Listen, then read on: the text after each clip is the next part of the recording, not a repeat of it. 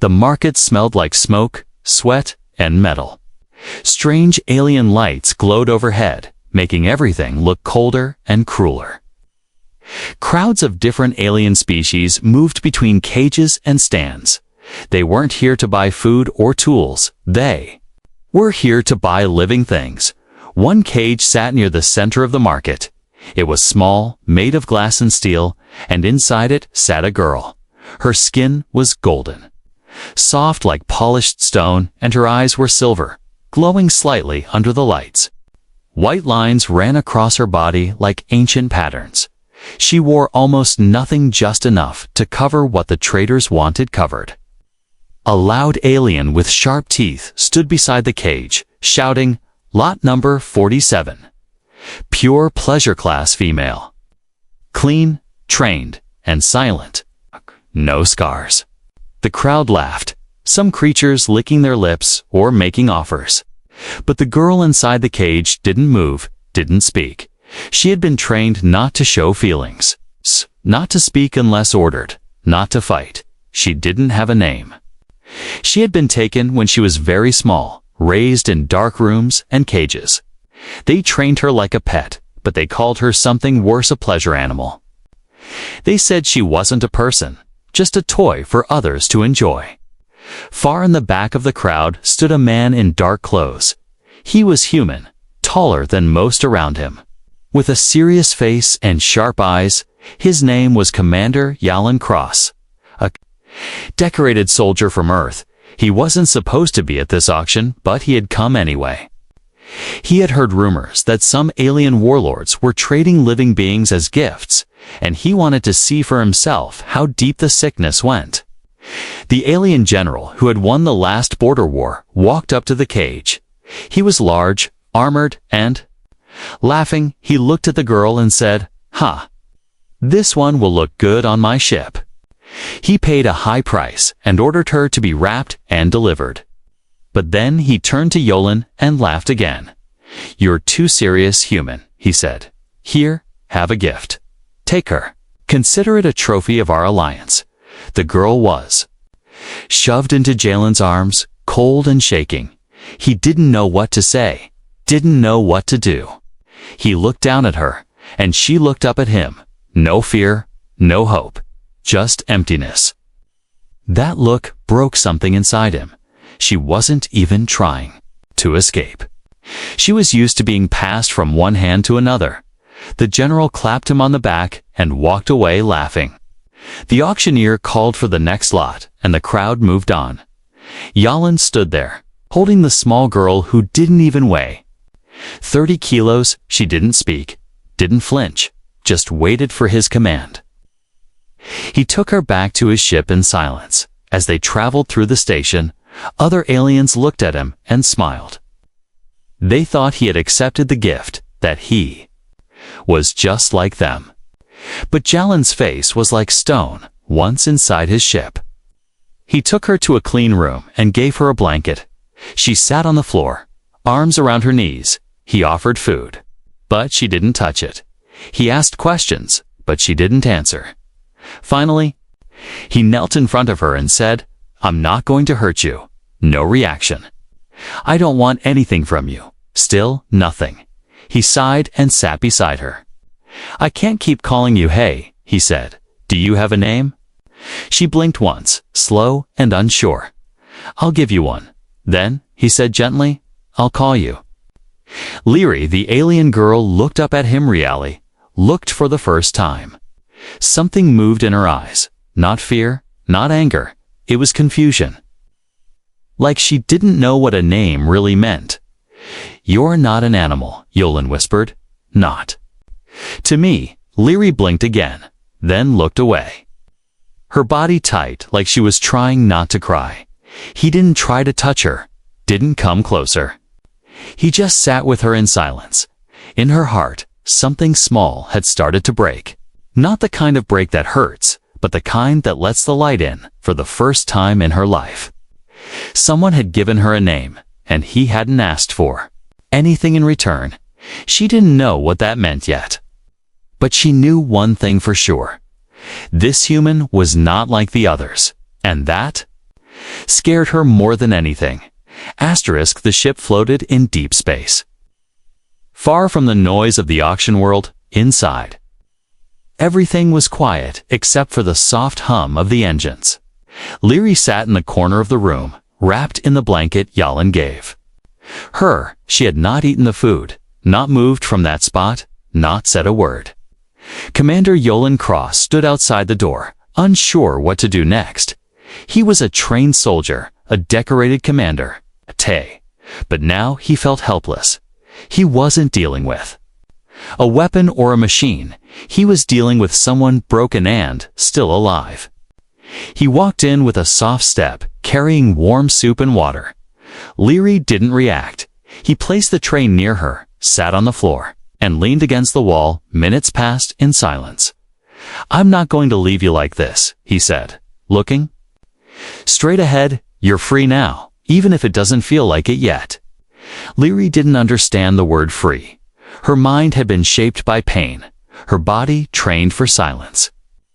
Freedom was not real in her world. It was something others spoke of but never gave. Yalin turned his head and asked gently, "Do you understand what I said? Do you speak standard?" Leary moved her eyes toward him just a little, then nodded slowly. He smiled for the first time in hours. "That's good," he said. "That's really good." He pointed at the food and said, "You can eat, if you want. No one will stop you. No one will hurt you." She didn't move, but her eyes stayed on him now. "I gave you a name, Leary," he said, "but if you have a real one, I'll use it." She blinked slowly, unsure. She opened her mouth, but no sound came out. Her throat was dry, unused to speech. She looked down and whispered something too quiet to hear. Yolan leaned closer. "Say it again." He said softly, "Please."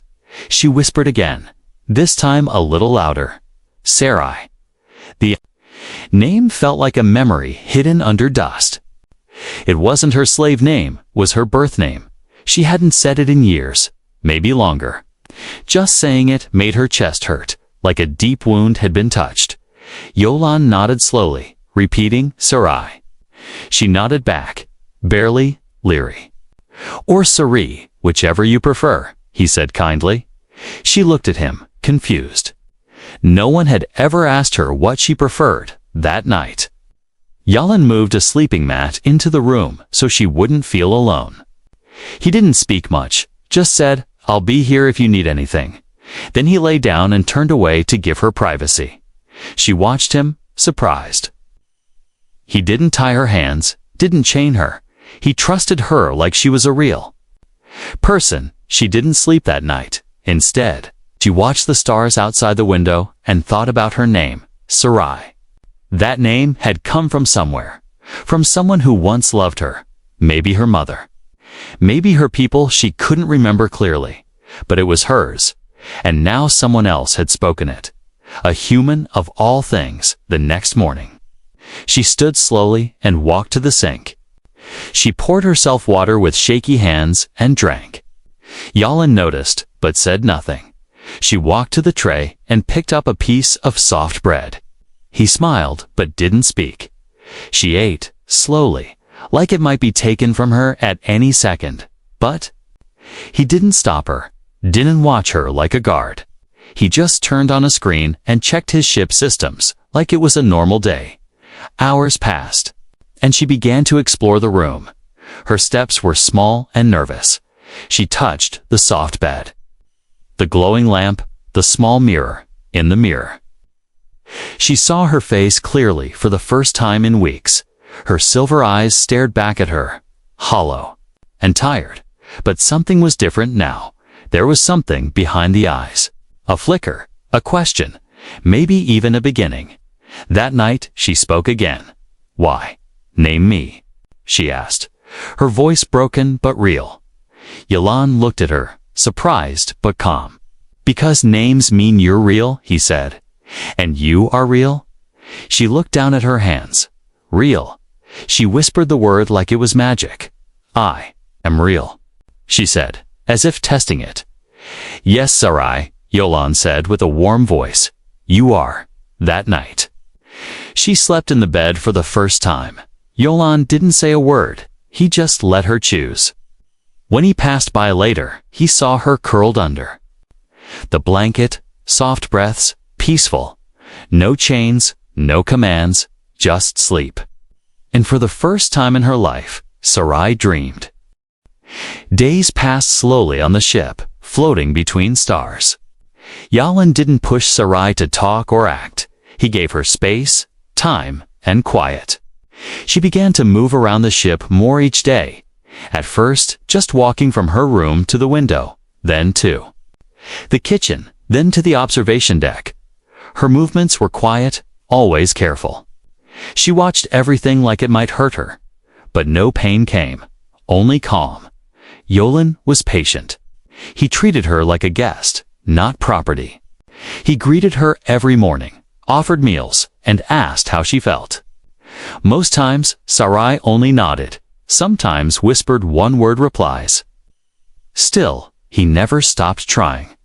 One evening, Yolan sat in the control room, checking navigation. Sarai walked in silently and sat near the window. She didn't speak, just watched the stars outside. For a long time, neither of them said a word. The silence felt peaceful, not heavy. Then, from nowhere, a sound came, soft, shaky, and low. Was a hum. Yolan turned slightly, surprised. Sarai was humming. Her eyes still on the stars. The tune was slow, haunting, and beautiful. It sounded like a lullaby from a forgotten world. Yolan didn't interrupt. He let her finish the song. Even though her voice trembled, when she stopped, she turned her eyes. To him, that was from my people, she said softly. He nodded. It's beautiful. She looked at the floor, unsure, then whispered, I used to sing it. Before they took me, Jalen's heart tightened, but he stayed calm. You still remember? He said. That means something. That night, she sat at the dinner table without being asked. She picked up the spoon with steady hands and ate. Slowly, Yolan watched from across the table. He didn't smile too wide. He didn't want to scare her, but inside, he felt hope. After the meal, Sarai asked a question. Where are we going? Yolan answered honestly. Nowhere important, just far from the auction worlds. She looked thoughtful, then asked, Will you sell me again? Jalen's eyes widened. No, never. But I'm worth a lot. She whispered, They said so. You're not for sale. He said firmly, Not now, not ever. She looked at him for a long moment.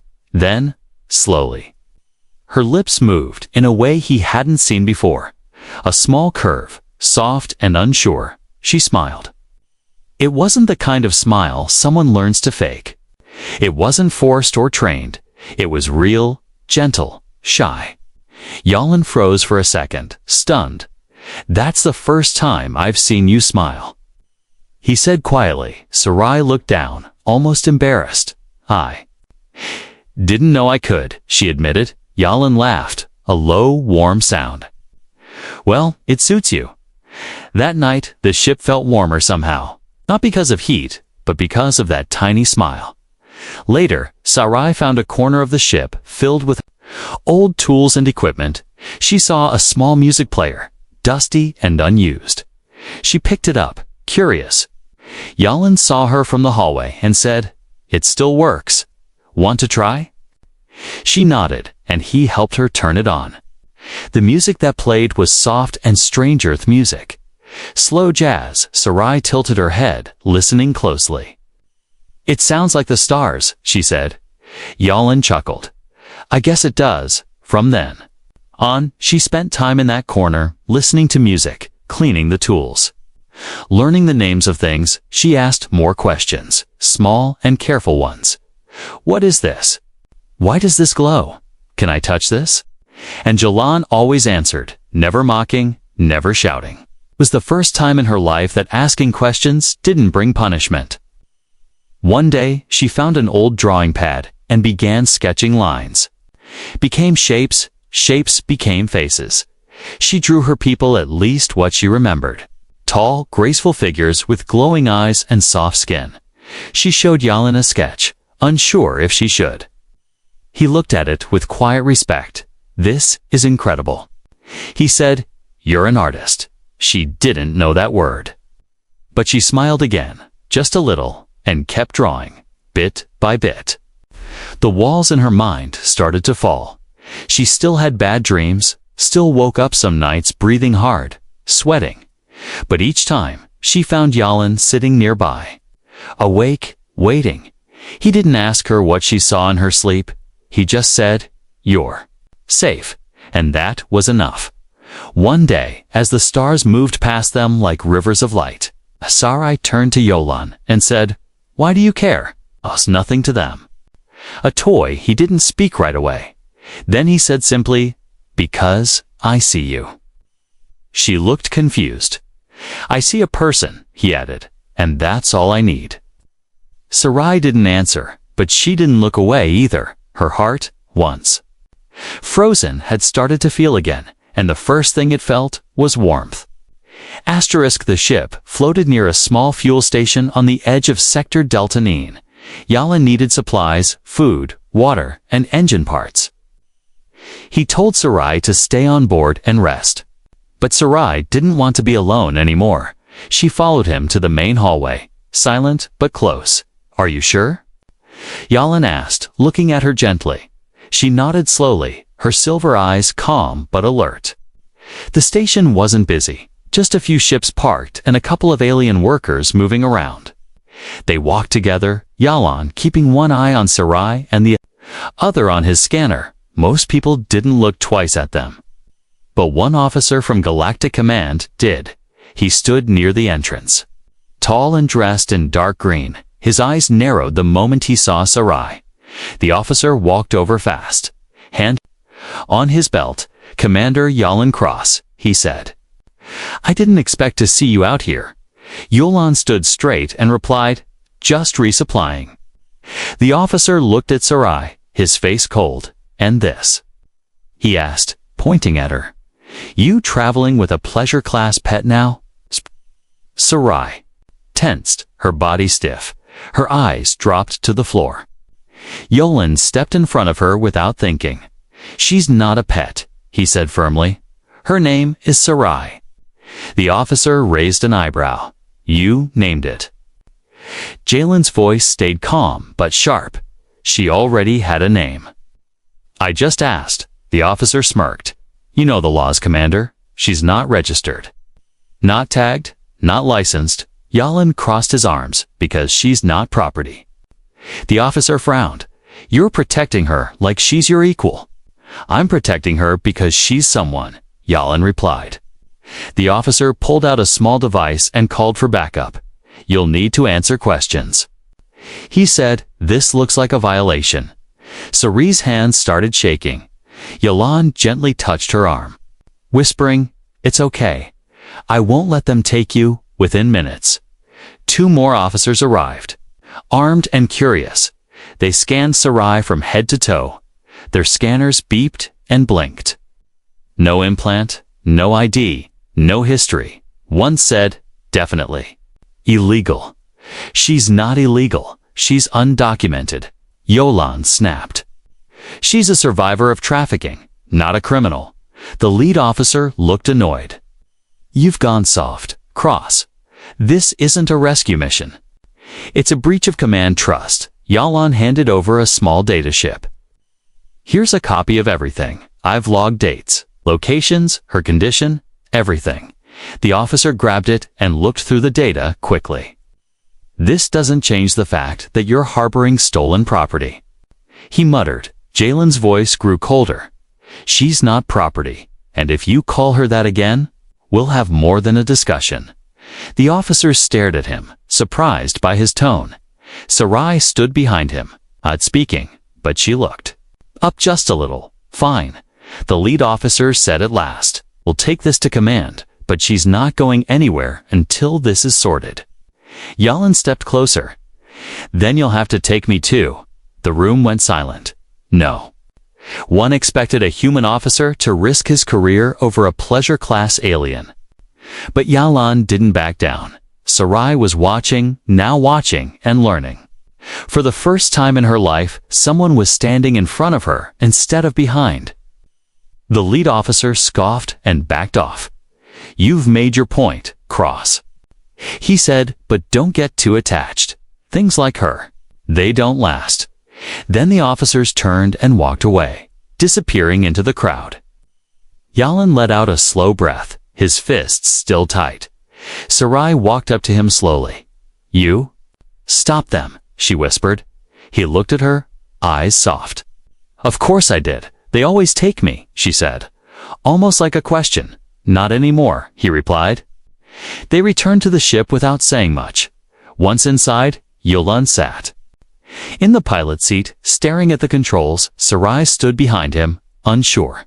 "Thank you," she said finally. He smiled without turning around.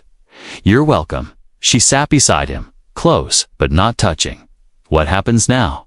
she asked. Yalan shrugged slightly. "They'll report me, maybe come after us." Sarai looked at her hands, then up at him. "I don't want to be taken again," she said quietly. "You won't be," Yalan promised. "I'll protect you." Her voice trembled. "Why?" "You could get in trouble." He turned to face her. "Because you're not a thing," he said, "and no one else sees it, but I do." She looked at him for a long time. Then she said something she had never said before. "I believe you." Outside, the stars moved slowly past the windows. Inside, the space between them began to shrink. Not because of duty, not because of guilt, but because two broken lives had found something rare, a reason to trust. The next morning, Yalan received a message from command. It came in sharp and cold, official and dangerous. Surrender the unauthorized alien female within 48 hours or face arrest. He stared at the screen for a long time, then turned it off without replying. Sarai walked into the room. Her silver eyes worried. "You got a message?" she said softly. He nodded. "They're coming." She looked down, her voice quiet. "To take me." He stood up and walked toward her. "No," he said firmly, "they're not." She looked at him, confused and scared. "You'll be punished, maybe jailed." "I've been through worse," he said with a weak smile. "But I won't let them touch you." Sarai stepped back, shaking her head. "I don't want to be the reason." "You suffer?" Jalen's voice grew stronger. "You're not the reason they are." For the first time, Sarai raised her voice. "Then maybe I should go. Maybe I should run away before they hurt you." Yalan reached out, not to grab, but to offer. "You don't have to run anymore." Not alone. The silence stretched between them, filled with tension and emotion. Finally, she asked, "Then, what do we do?" Yalan answered with two words, "Run together." He powered up the ship and checked the nearest safe routes. They couldn't go to Earth's too many eyes. Too much control. They needed a place where no one followed rules. A place where command had no reach, and there was only one place like that: the veiled expanse. As the engines warmed, Sarai stood beside him. Her hands trembled, but her voice was steady. "If I go with you, I want to help." He looked at her with surprise. "You?" "Don't have to," he said. "I want to," she replied. "I'm tired of being nothing," he nodded, understanding her choice. Together, they left the fuel station and jumped into hyperspace. Behind them, a galactic tracker ship activated.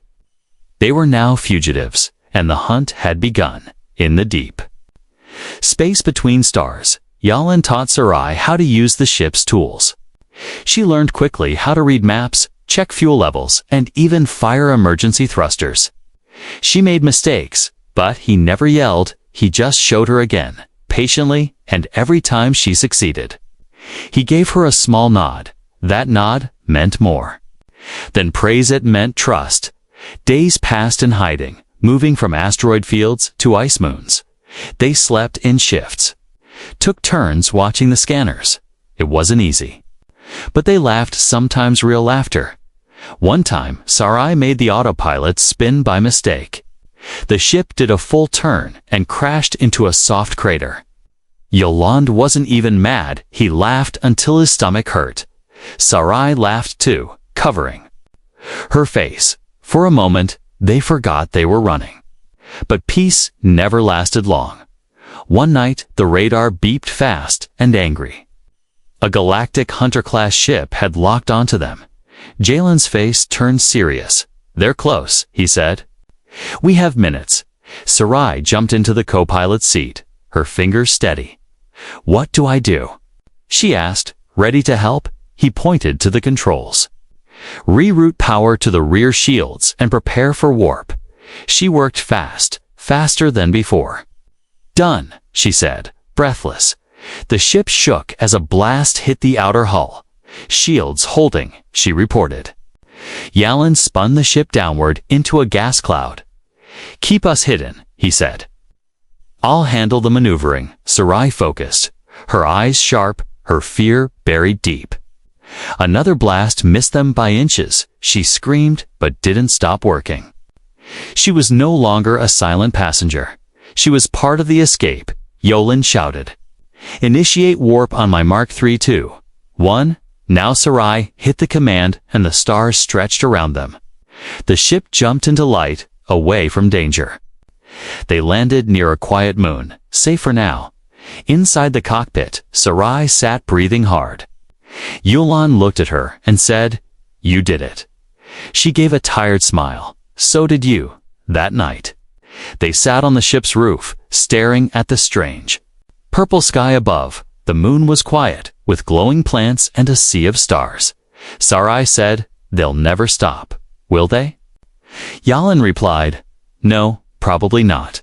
She turned to him. "Then I won't stop either." He looked at her with pride. "You're not who they said you were," he said. She nodded. "I know. Oh, I used to think I was broken," she whispered. "But now I feel alive." Yalan leaned back, arms behind his head. "You're more than alive, Sarah, you're becoming."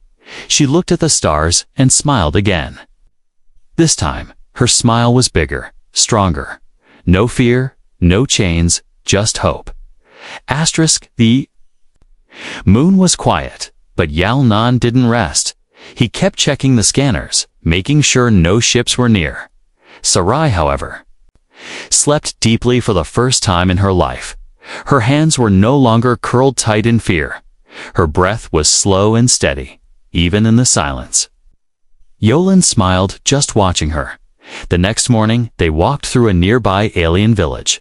It was a hidden place built by outcasts, explorers, and those who didn't fit into the galaxy's rules. Strange creatures greeted them with cautious eyes, but didn't stop them. Here, no one asked for ID. No one cared about command orders. It was a place for forgotten souls at the edge of the village. A large stone building stood half temple, half library. Old banners hung from its walls, written in languages neither of them could read. Sarai stared at one symbol carved above the door.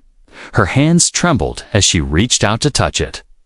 "I've seen this before," she said quietly. Yalan stepped beside her. "Where?" "In dreams," she whispered. "And when I was very small, they entered the building." Unsure of what they would find, inside, a tall old alien with glowing white eyes sat near a burning crystal. He wore robes that looked older than the stars. He turned to look at Sarai and spoke in a language neither of them understood, but then he paused, blinked, and switched to standard. "You brought her back," he said to Yolan. Yolan frowned. "You know her?" "I know her, people," the old alien said. "She is Venari." Sarai looked confused. What? "Your true name is not just Sarai," the old alien said. "It is Sarale Vire, daughter of the last song mother." The air felt heavy with those words. Sarai took a step back, her heart racing. "No," she whispered. "I was just a slave." The old alien raised a hand gently. "You were taken, but not erased." He showed her a glowing scroll filled with markings. He pointed to one image, tall figures with glowing skin and silver eyes. singing under stars. "This is your heritage," he said. "You were born from the voice of light, not made for." Chains, tears fell from Sarai's eyes as she stared at the image. "I thought I was nothing," she said. "You were made to forget," the alien said, "but your soul remembers." Yalan stayed silent, letting her feel everything he could. See it in her face. This was more than history. This was identity. It was like someone had turned on a light inside her. "Sorelle," she said slowly, testing the name. It felt strange and powerful on her tongue. "Do I have to become her again?" she asked. The old alien smiled gently. "Only if you choose to." That night, back on the ship, she sat alone for a long time. Yolan walked in quietly and sat beside her. "You okay?" he asked. She nodded slowly. "I don't know who I am now." "You're Sarai," he said, "and Sorale. You can be both." She looked at him, eyes shining. "No one's ever told me I could choose." "Well," Yolan said with a smile. "No one asked me either, but I chose to be here with you." She laughed, a soft, surprised sound. It was the first time she'd laughed without sadness behind it. She reached out, touched his hand. Her voice shook. "Thank you for seeing me before I even knew who I was. You've always been someone," he said gently. "Even when you didn't know your name." That night, Sarai wrote her name Sorale Viron, the ship's wall in glowing paint. Not to forget her past, but to honor it. Below it, she wrote the name Yalan had given her, Sarai. Side by side, both names glowed. Both were hers. The next morning, she wore a robe gifted by the old alien. It was light and simple, but it felt like armor. She stood taller, walked with strength. Yalan watched her and said, "You look like someone I'd follow into battle." She smirked. "Then be ready. Because I think we're going back." "Back?" Yalan asked. "Yes," she said firmly. "To the places that sold me, named me, broke me. I'm not running anymore." Yalan stood up, proud and serious. "Then let's make them regret ever thinking you were less." Outside, the stars were waiting, but now, Sarai wasn't hiding from them. She was walking into the galaxy with her head high, with a name, a voice, and someone who believed in her. She was no longer just Sarai. She was Sorale Virai, and her story was just beginning. The stars drifted across the sky like rivers of light inside the ship. Sorelai stood before a mirror.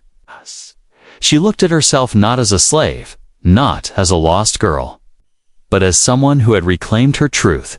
She touched her chest and whispered, "I am Sorelle." Then she smiled, "And I am Sarai too," behind her. Yalan walked in quietly. "We're close," he said. "The transmission you sent reached the Galactic Council." Sorale nodded, her eyes calm. "I told them everything about the auctions, the buyers, the captors, all of it." Yalan looked proud. "You were brave." She turned to him. "I had to be. I'm not hiding anymore." A few hours later, they landed on a grand station orbiting the capital world. It was a place where powerful voices made laws, and where silence had covered crimes for far too long. Sorale stepped off the ship, wearing her robe, carrying only truth. The old alien scholar stood beside her. As witness and guide, Yolan walked just behind, ready for anything. The council chamber was large and cold. Leaders from 100 species sat in curved rows. Some looked curious, others bored, but when Sorale walked in, the room fell quiet. A screen showed her old file. Lot number 47, pleasure animal, unknown origin. She looked at it without blinking. Then she turned to the council and said, "My name is not lot number 47. My name is Sorale Virai." Murmurs filled the room. She continued, "I was taken as a child, trained to obey, sold like a thing, but I remember who I was now. I was not born for pleasure," she said, her voice clear. "I was born with a name, a voice, a history." The old scholar stepped forward and played ancient records, songs, images, proof of the Venari heritage. Gasps rose from the crowd. A few council members looked down, ashamed. One asked, "What do you want from us?" Sorelli looked around the chamber. "I want justice," she said. "Not just for me, but for all the others still in cages." The council members looked at each other. One by one, they voted, and for the first time in decades, laws began. To change, slave markets were shut down, captors were arrested, and a message spread across the stars. These lives were not forgotten. Later that night, Sorelli stood alone on the council balcony. Yalan joined her, quiet and steady. "You did it," he said. She shook her head. "We did it," he smiled, then looked away, unsure. "You'll have options now," he said. "A home, a future. Maybe even a throne." Sorelli turned to face him, her eyes soft. "And what will you do?" He looked down, hands in his pockets. "Return to Earth, maybe face a trial. You broke laws to protect me." "I'd do it again," he said simply. Sorelli stepped closer. "You never asked for anything," she said. "Not once. You gave me space, safety. And my name? I didn't save you." He said, "You saved yourself." She laughed gently. "Maybe. But I wouldn't have gotten this far alone." She reached out, taking his hand for the first time. "I don't care about thrones," she said, "or power. I want to choose my future." He looked at her, surprised. "And what do you choose?" She smiled, tears in her eyes but heart steady. "I choose you." They stood in silence, fingers interlocked. Not as soldier and refugee, not as protector and protected, but as two souls who had survived the dark together and found light in each other. The next morning, the council offered her a planet, a title, a fleet. Sorella thanked them politely, but she chose a simple path. She chose to build a sanctuary on a quiet moon, a place where no one would be bought or sold again. Yalan stood by her side, helping build homes, welcome survivors, teach kindness together. They turned pain into peace, and Sarai, once a silent girl in a cage, became a symbol of hope, a voice that sang again. Some still tried to call her a legend, but she always smiled and said, "I'm just someone who was seen." And every time someone asked her who helped her escape, she answered with a warm laugh. "I didn't escape," she said. "He opened the door, but I walked through it, and in the home they built, far from cruelty." Every child was given a name, and every name was spoken with love.